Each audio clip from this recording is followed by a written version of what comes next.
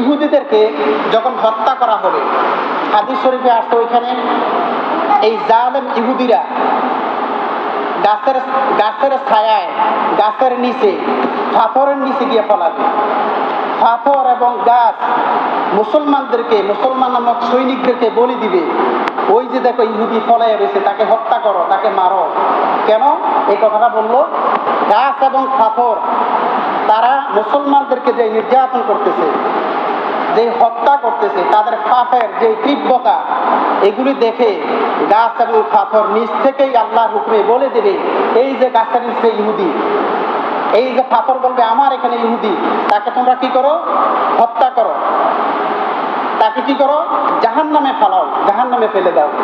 আজকে আমি জাহান্নামের যে কাফেরদের যে শাস্তি, ইহুদিরা শুধু আমাদেরকে কষ্ট দিচ্ছে না, রসুল কারীম সাল্লাল্লাহু আলাইহি ওয়াসাল্লামের আমলে 3টা ইহুদি গোত্র ছিল। রসুল কারীম সাল্লাল্লাহু আলাইহি ওয়াসাল্লাম থাকা অবস্থায় ওই ইহুদিদেরকে মদিনা থেকে বিতাড়িত করেছেন। আমাদের রসুল কারো প্রতি কোনো জুলুম করে নাই, রাহমাতাল লিল আলামিন, খাতামুন নাবিয়্যিন, উনি কারো প্রতি কোনো জুলুম করে নাই। কোনো ইতিহাস হিন্দু, বৌদ্ধ, খ্রিস্টান, মুসলমান কোনো ধর্মের লোক এটা বলতে পারবে না, বলতে পারবে না। কিন্তু উনি পর্যন্ত মদিনা থেকে ওনাদের ইহুদিদেরকে কি করলেন? তাড়াইয়া দিলেন। কি জন্য তাড়াইলেন? কোরআন হাদিস দিয়ে দলিল দেওয়া লাগবে না, বহু আছে। কিন্তু আমরা এখন তিলে তিলে টের পাইতেছি, ঠিক আছে না ভাই? তারা আমাদের ভাই বোনদেরকে শুধু নির্যাতন না, যৌন হয়রানি, ছোট ছোট বাচ্চাদেরকে, এটা আবার বলা লাগে না, এটা আপনারা মিডিয়ার মধ্যে দেখতেছেন। তাদের কোনো মায়া দয়া নাই। পৃথিবীর ইতিহাসে সবচাইতে শ্রেষ্ঠ সন্ত্রাস এবং দুশ্মন, ইসলামের দুশ্মন এই ইহুদি, এই ইহুদি জাতি। এদের মতো খারাপ এই পৃথিবীর মধ্যে আর নাই।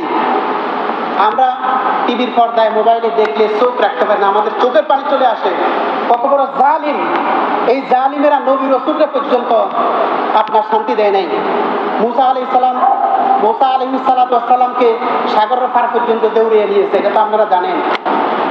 ফেরাউনের বংশধর, এই যে ইহুদিরা হচ্ছে কার বংশধর? ফেরাউনের বংশধর। তাদের হিংসা হলো কোথায় থেকে? তারা মুসা আলাইহিস সালামের বংশধর। আর আমাদের নবী মুহাম্মদ সাল্লাল্লাহু আলাইহি ওয়াসাল্লাম, উনি হলেন ইসমাঈল আলাইহিস সালামের বংশধর। ওনারা তাওরাত, এদের কিতাবের নাম আছে।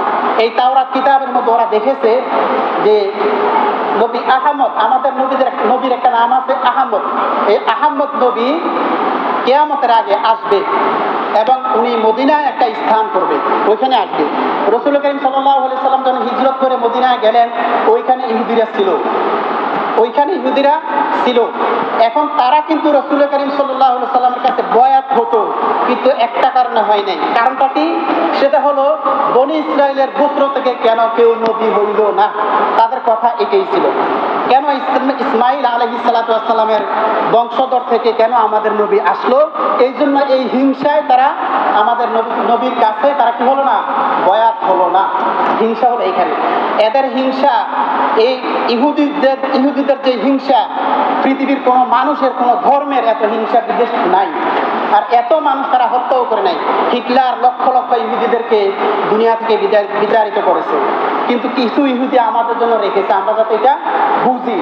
আমরা এখন বুঝতেছি না, আমরা এখন তিলে তিলে বুঝতেছি। তারা যে কত বড় খারাপ মানুষ।